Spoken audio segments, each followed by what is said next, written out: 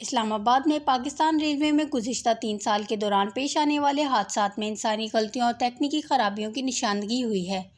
دستاویزات کے مطابق 1 جولائی 2021 سے 30 جون 2024 تک مجموعی طور پر 113 حادثات پیش آئے، جن میں 36 انسانی غلطیوں جبکہ 77 بار ٹیکنیکل فالٹس وجہ بنے۔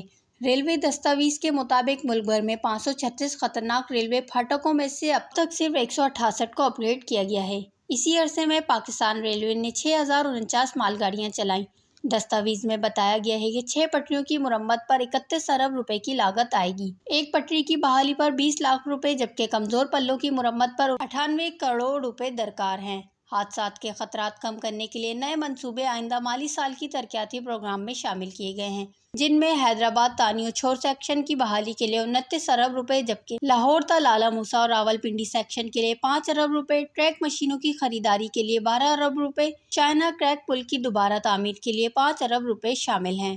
مزید برآں ریلوے حکام کے مطابق بلوچستان میں 33 کلومیٹر، پنجاب میں 1414 کلومیٹر، سندھ میں 960 کلومیٹر، خیبر پختونخوا میں 173 کلومیٹر ریلوے ٹریک کو اپ گریڈ کرنے کی منصوبہ بندی کی گئی ہے۔ Wash news.